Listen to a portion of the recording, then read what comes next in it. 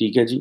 India اور جرمنی کے جو تعلقات ہیں وہ تو ٹھیک ہے 70 ایئرس کو وہ سیلیبریٹ کرنے جا رہے ہیں اور وہ اپنا براڈ رینج ایک کوآپریشن کی بات کر رہے ہیں گلوبل ایشوز کے اوپر، وہ کہہ رہے ہیں جناب کہ ہم نے کام کرنا ہے۔ یہ موقع ہے بلاول بھٹو زرداری کے لیے کہ وہ یورپ کی ایک لمبے وزٹ پہ نکلیں اور انٹرنیشنل کمیونٹی کو پاکستان کا مقدمہ بنائیں۔ ہم انڈیا کی طرح اس طرح دنیا کو نو نہیں کہہ سکتے۔ ابھی تو ہمیں جسے کہتے ہیں نا کہ ایک دفعہ کشکول پھر پکڑنا پڑے گا ہماری حکومت کو۔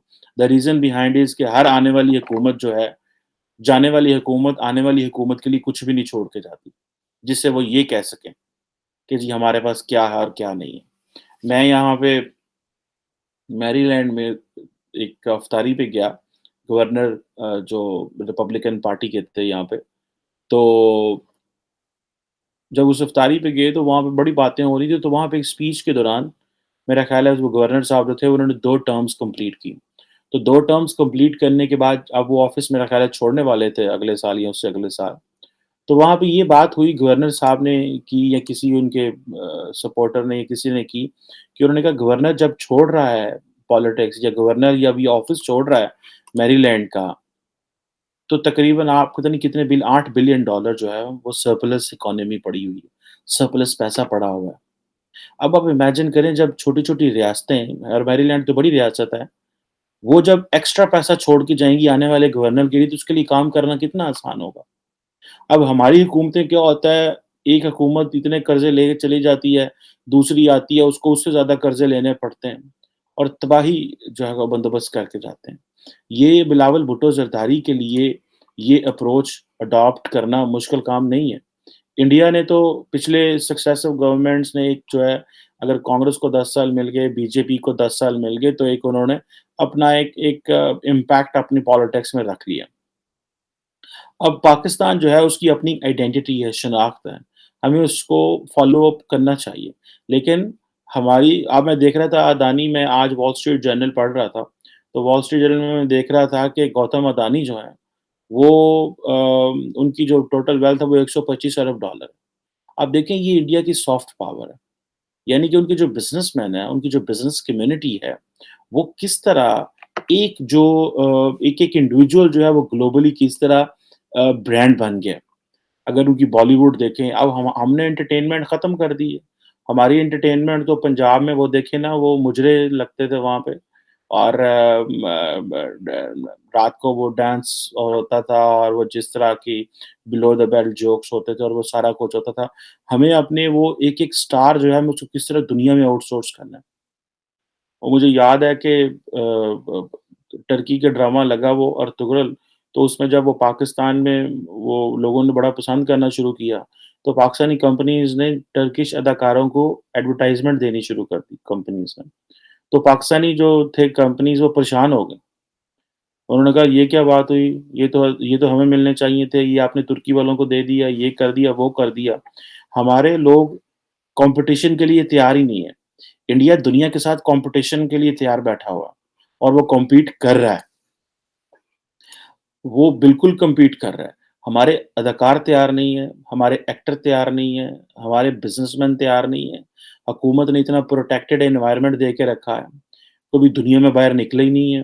حالات اتنے سازگار ہوئے ہی نہیں ہے کہ گلوبل مارکیٹ میں جا کے چیزیں کمپیٹ کر کے چھین کے لینی ہے۔ دیکھیں دنیا میں آپ کو جب بھی کوئی چیز دیتا ہے تو چھین کے لیتا ہے۔ اب ابھی فار ایگزامپل انڈیا جو ہے وہ نارڈک سمٹ ہو رہی ہے، جو ڈنمارک جو ہے وہ ہوسٹ کر رہا ہے اور پرائم منسٹر مودی وہاں جا رہے ہیں۔ اب یہ دیکھیں کہ دنیا کے وہ کس کس میں دیکھ رہا تھا ابھی کہ ان کے جو I think minister for state ہیں انڈیا کے، وہ لیٹن امریکہ کے ایک وزٹ پہ جا رہے ہیں۔ مجھے بتائیں کیا پاکستان کے فارن منسٹر کو پتا ہے لیٹن امریکہ جو سابقہ تھے وہ ہمارے رڈار میں نہیں آتا، بلکہ اگلے دن احسن اقبال صاحب نے کیوبا کی جو ہے نا ایویں ہی پنجابی کے اندر رڑی کاٹ دی تھی۔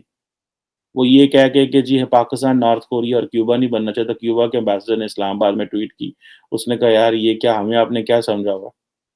تو یہ انڈپلومیٹک سے طریقے سے بات جو کی ہے، خیر اینی ہاؤ، میرا خیال ہے بلاول بھٹو زرداری جو ہیں he is a soft face of Pakistan, he is a mature Pakistani, mature politician ہے، ینگ ہے، بڑی امیدیں ہیں ان سے۔ وہ پاکستان کو جو نیشنل یونٹی گورنمنٹ بنی ہے اس کو وہ آگے لے کے چلیں گے۔ اور ان کے پاس اتنی کیپیسٹی ہے کہ وہ پاکستان کا مقدمہ، پاکستان کا کیس پیش کر سکتے ہیں۔ ایک طرف وہ پاکستان کے جو ڈائیلاگ دنیا کے ساتھ شروع کریں، جو اپارچونٹیز ہیں وہ انکریز کرنے کے لیے کام کیا جائے۔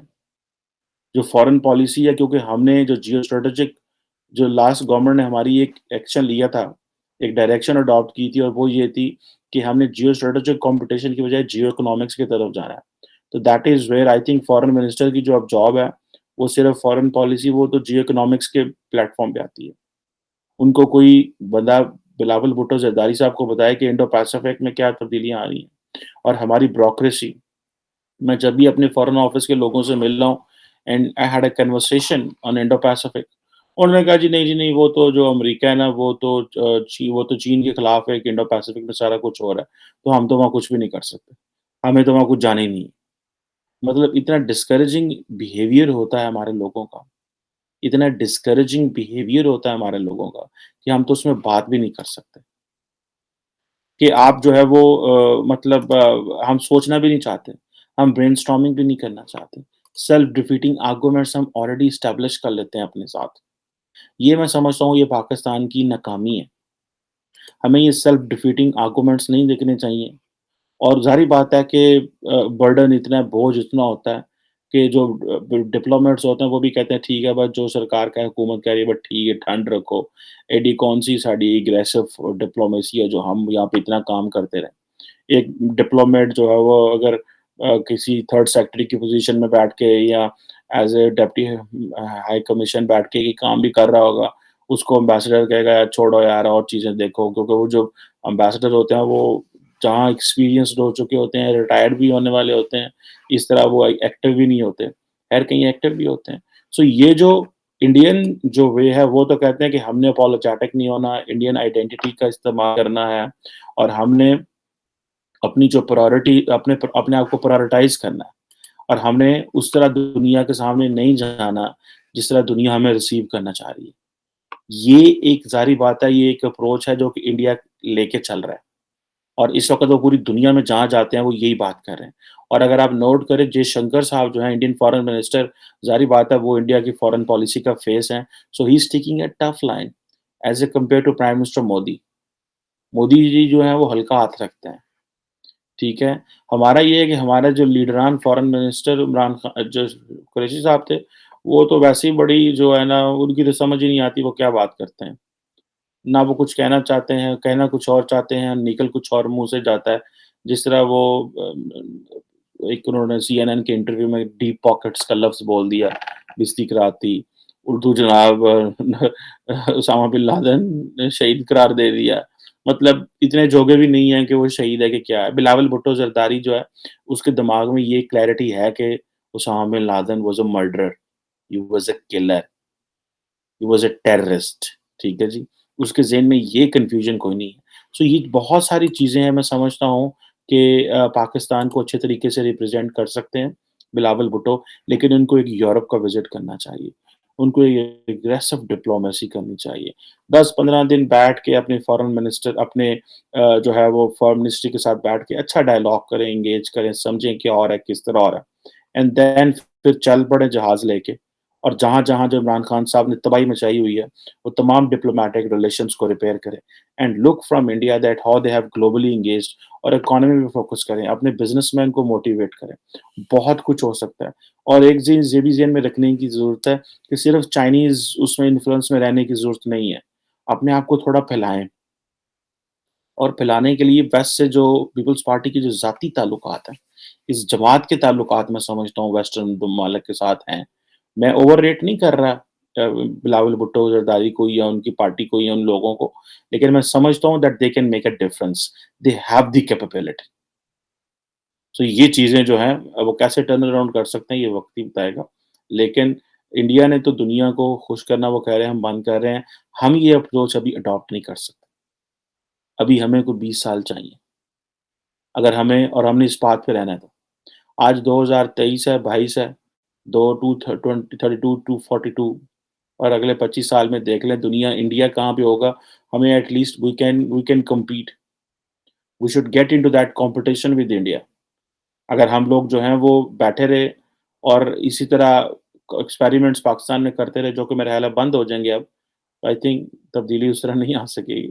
لیکن میرا خیال ہے کہ یہ جو بلاول بھٹو اگر جہاز پکڑ کے میری ایک سجیشن ہے لائک کہ وہ جائیں اور دنیا میں ایکسپلور کریں اور اپنا موقف رکھیں اور پاکستان کی بات کریں and they can do a lot, اور ضروری نہیں کہ امریکہ سے شروع کریں یا چین سے شروع کریں، اسٹارٹ فرام سم ویئر ان کہیں اور سے شروع کر لیں، جاپان سے شروع کر لیں، ایشیا پیسفک میں اتنی تبدیلی ہے وہاں چلے جائیں، یورپ میں چلے جائیں آ جائیں، جرمنی کے پاس چلے جائیں اور بہت ساری جگہ اپنے آپ کو انگیج کر سکتے ہیں بہت کچھ، بٹ لیٹس سی وہ کیا کرتے ہیں اور ان کا کیا اسکول آف تھاٹ ہے، کیونکہ ظاہری بات ہے ان کے اوپر بھی ان کے والد کا بڑا انفلوئنس ہے، but I think Pakistan can do much much more better as compare to ہماری جو پریویس جو گورنمنٹس ہیں جو انہوں نے کیا۔ Thank you very much.